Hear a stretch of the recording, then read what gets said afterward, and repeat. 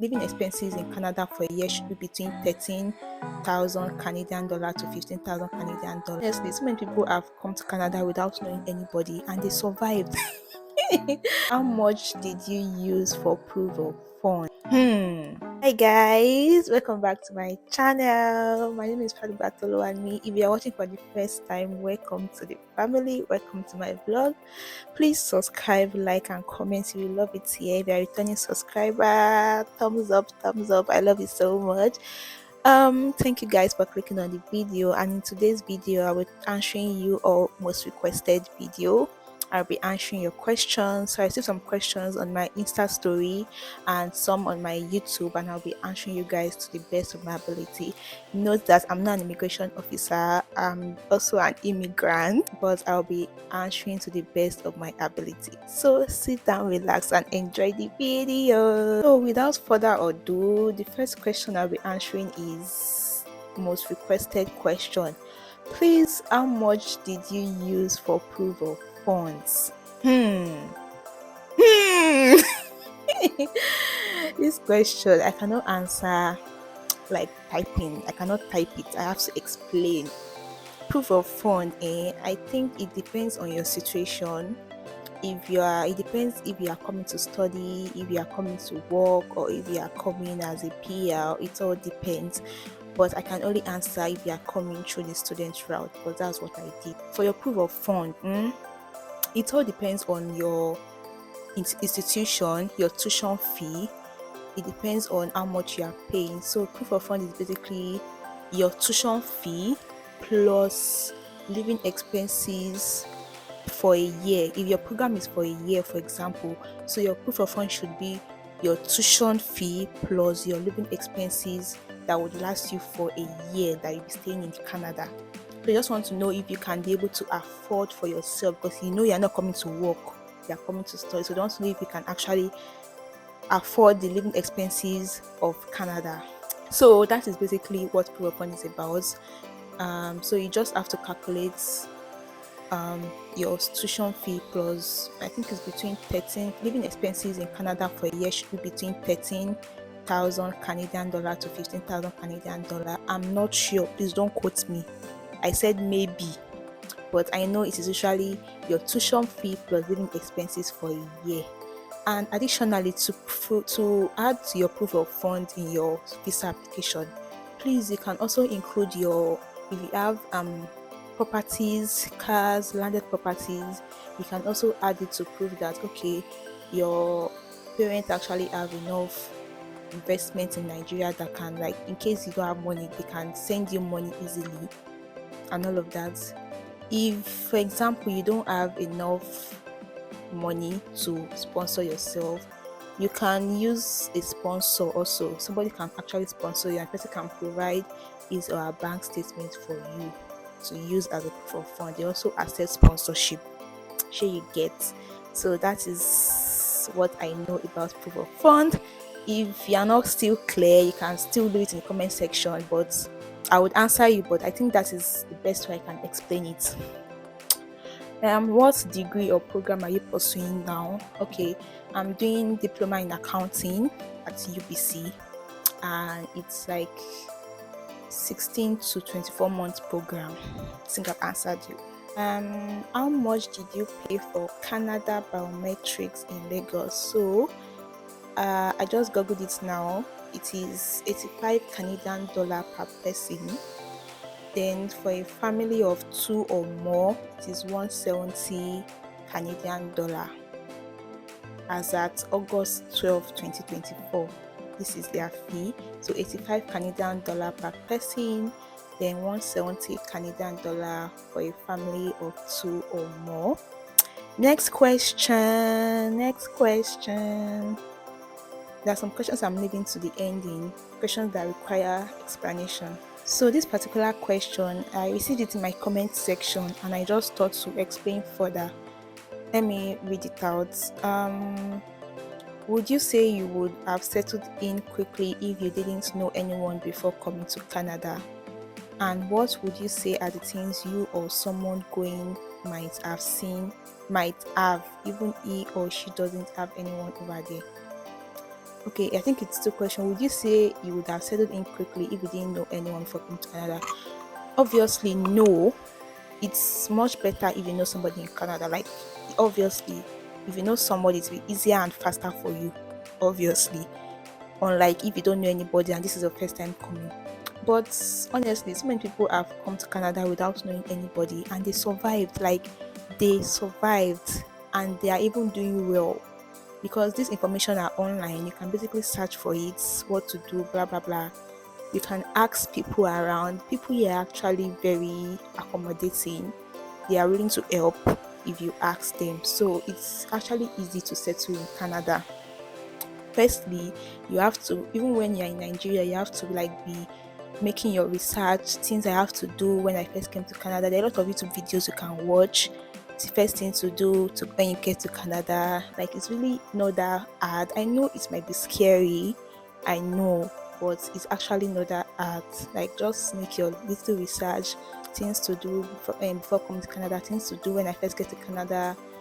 I also made my video of my first week in Canada. You can watch it also to see some of the things I did when I first came to Canada. But I don't think I would have settled in quickly like I did, but it's not bad. I would have survived. And what would you say are the things you or someone going might have, even he or she doesn't have anyone there? I don't understand this one, but I think I've explained it. Like, if you are coming to Canada, you don't know anybody in Canada, just do your little research, things to do. When I was coming to Canada, even though I have somebody in Canada, I still made my research. Like, I had my list of things I'm going to do when I my first week in Canada, just because I was like still trying to prepare myself ahead. So just you can watch some YouTube videos, just search for things to do when I first get to Canada, things to do before going to Canada. Like, you can even search for it on Google. It's really easy, just little things like that. You would survive, trust me. You're not the first person that will come to Canada without knowing anybody, and they are surviving. So why won't you survive? You will survive, trust me. So this question says, what are the amount and requirements to get to Canada just like the way you did? Okay, it's obvious. If you're watching my YouTube video, you know I came through the student route. I'm an international student in Canada. So what are the amount and requirements? It all depends on the routes you're using to come to Canada. So for different routes, it's different requirements and different amounts. But generally, once you have maybe your students, you have been admitted to a school, you have your admission letter, because I can only say what I know about. So generally, what you need to come to Canada, once you get your admission letter to study in Canada, you need to get your visa, you need to get your proof of fund. I've explained that. You need to do your biometrics. I've explained biometrics fee. You need a medical exam, medicals. Yeah, that's basically it. This person, I would advise you to like watch my videos, my first two videos. Like, I talked about my relocation process, the steps, things I did when preparing to come to Canada. So please watch my first two videos in my just channel. I could also put the link in my description also, so it's easy for you. So I did a video of my medical, biometrics, blah blah blah. So I think those are the things you need to do if you're coming to Canada. You have to know that you are going to get your visa, apply online to the visa office. You're going to get your biometrics, pay your biometrics, video your biometrics, you need to do your medicals, and wait for answer from the immigration officer. The next question is Canada worth the investment, and what is job like for international students in Canada? I think the first question is Canada worth the investments. I can't say yet because I've not even used up to a year yet in Canada, but their system is definitely great. The education system is very good. Their transportation system is very good. Their economy is very good. Like, the fact, guys, they pay you per hour. They pay you, if you work, they pay you per hour, which is very good. Like, if you are working in this country, you will make your money. Like, if you have a job, if you are working, you will make your money, honestly, because they are paying you per hour. which is the best thing ever. There's a minimum wage that nobody can pay you below that wage, which is a great thing. So I can't really say, but so far it's a good country. It's a good country. I love the education system. I love their culture. I love their transportation system. Very easy and smooth. There is safety to some extent, because I know there is nowhere that is safe 100%, but there's a good security system on check. There's a good health system on check. There is a minimum wage that is very, very good. They pay you per hour. So the next question, job, how is job like for international students in Canada? This particular question, I think I want to talk about it in another video, but I'll talk about my experience. Getting job as an international student is actually, I don't know. It depends on, I don't know honestly, because I want to do a separate video about my job experience getting a job in Canada. So I think I will just make the video separately. So that I'll just make the video separately, please, so I'll be able to like share my experience with you guys, things I wish I knew earlier, things I did. So please, I'm going to make a separate video concerning job for international students in Canada. Please just permit me a job. I want to really explain myself very well. So another question is, this person says, "Hi Tolu, is it possible to hear from IRCC for approval before the estimated date?" There is no estimated dates for your approval because it is unpredictable. It varies, honestly, it varies. I got mine within 20 working days. I made the video. Please go down to my previous videos, down. Yeah, I think my second video I posted. So it varies, and I know people that they waited for 5 months, 4 months, 6 months, and they still got their approval. So there is no estimated dates, my dear. There is no estimated dates. Just pray and be hopeful that they reach out to you as soon as possible, because it all depends on, I don't know. I swear it depends, because you meet this person, they will tell you their own story. You meet this person, they tell you their own story. So it all depends. My advice is just pray that you receive favor and they answer you fast. I know it's not easy the waiting period. Just pray and be hopeful. There's no estimated date to get your approval. So once you have submitted your application, just pray that they reach out to you as soon as possible. They should not waste your time.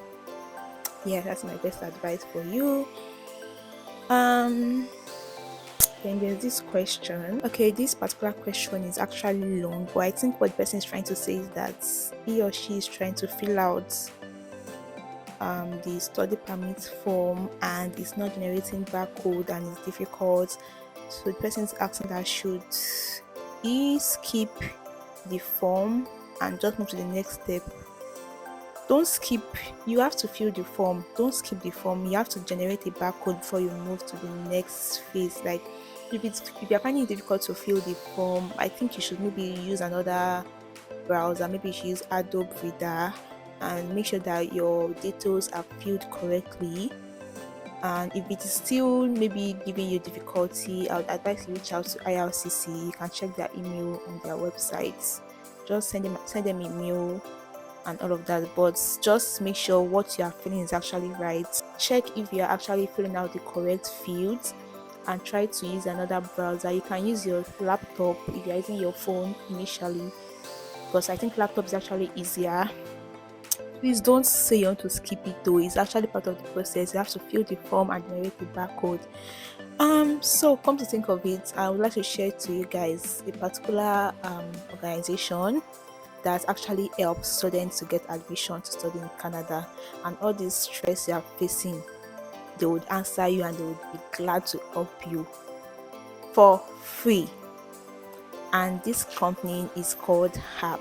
HAP is a trusted study abroad platform that helps international students just like you and you that are trying to come to gain admission to study in Canada for free. They would assign you to a one-on-one coach who will help you through your admission process, your visa application. They have close relationship with visa officers. They have lawyers who would help you with your own visa processing and all of that. They would help you fill the form, your application, everything. They would help you, and they are willing to answer all your questions. So you should go to my description box now, click on the link. It also be on my screen.